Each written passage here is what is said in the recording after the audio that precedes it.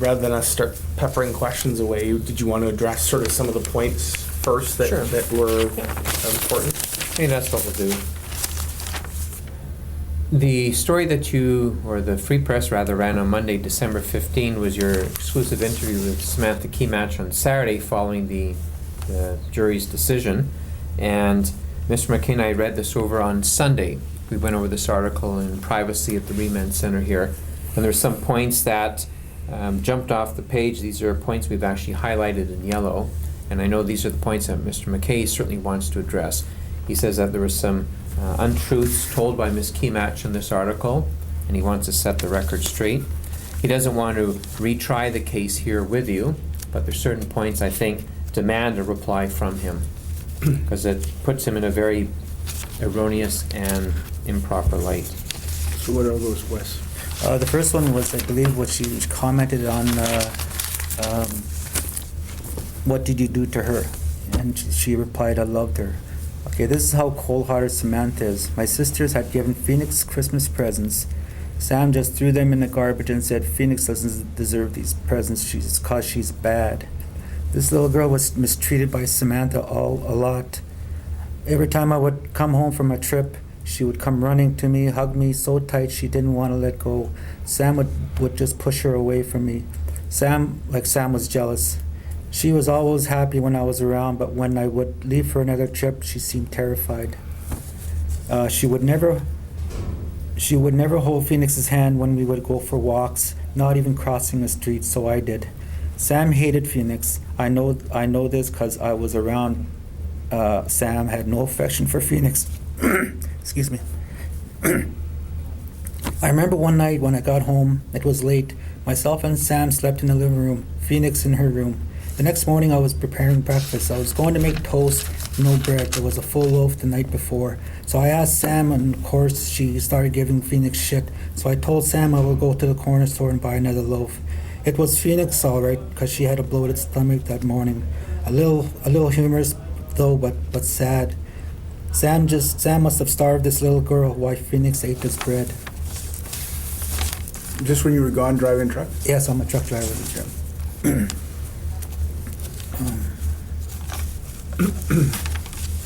There's a part there where she claimed that she was in an abusive relationship. Yeah, that's really the most egregious part of the story.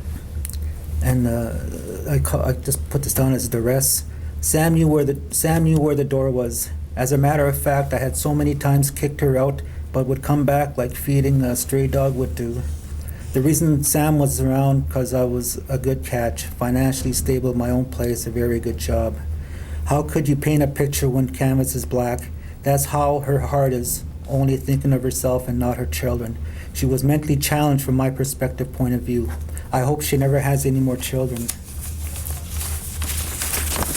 You, just to expand on that for a second, you read it really fast. You said you were a good catch, and you said financially stable. Yeah, my own place. I had a very good job, which a truck driver pays pretty good. Right. When I went to visit that one day, I didn't know there was children. I bought a case of beer. We sat around and we just started drinking, and then all of a sudden this little girl comes out of nowhere, and I asked her, who is this? And she said, Sam said, this is my daughter Phoenix. And I said, oh, okay, that sounds all right. But the thing that pissed me off was the mother put a chair beside her and told that little girl to sit down, and she gave that little girl a beer to drink. And I got up and I said, what are you doing? That's a little girl. You know, that's not right. And she told me just to mind my own business, the mother. So I just sat back and had just slowly drinking my beer, and then she lit up a cigarette and gave it to that little girl, and she smoked this. And I said, hey, this is enough. Maybe I should have intervened, maybe I should have called CFS, but I just walked out. I didn't want no part of that stuff. So how old would Phoenix have been at this point? She was around 3 years old. Because I remember when she first came over, they first came over and she started staying with me on April 20th, I believe, of 2004. Well, from what you're saying now, and from reading this article, I'm not quite sure where she's coming from. She's just convicted of first-degree murder, and it seems she's more interested in painting a positive picture of herself, while painting you in a negative light. Like, how honest is this article in terms, not in terms of its accuracy, but in terms of what she was telling him? About abuse and that, I think she's wrong. There was never any abuse. There was never any police reports. She never called the cops or nothing. If there was anything that happened, and nothing did happen. There was just, for her to say that she's in an abusive relationship, that, I'm the one that's the mean guy. She's just trying to clear her name because of the fact that she got charged for first-degree murder on a child, on her own child. So you figure she wants to clear her name because whatever happens in jail, and maybe that's possibly what's going to happen to me too,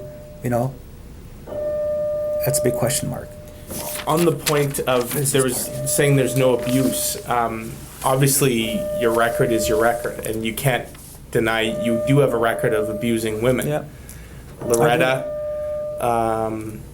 and then I believe there was another woman after Loretta that didn't testify in court, but that there's some abuse there as well. If you look at the many years ago that this happened, people change overnight.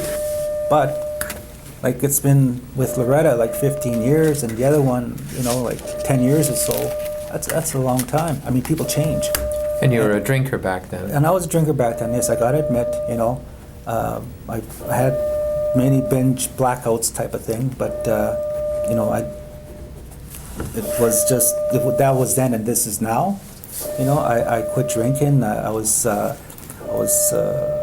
had a good job, of course, and I was starting my own business, which is consulting native trucking companies in Manitoba. So, seemed like a nice guy. What happened there? What happened there? Do you feel comfortable, or do you want to stick to your notes, Wes? Maybe Kelly, in response to your question, Mr. McKay will read in that paragraph. It kind of directs to the point that you had. Okay, the day of Phoenix's death, I should have listened to my heart and not Sam. I wanted to call someone like the hospital, someone, but Sam says no, we'll lose Rain and Daniel. I did do CPR on her mouth-to-mouth, chest compressions, and even took her to the bathtub and put her in warm water, continuing CPR. It was too late, and Sam, with no feelings, oh, she's dead. No tears, nothing. She says on the interview with Free Press, what did you do to her? I love her. That's a bunch of BS. A little dramatic, isn't it? She wouldn't win an Oscar, that's for sure. She's trying to paint herself like a good person, like a good mother of the year thing, which she's not. She's a very evil, controlling, and she was saying that I was controlling.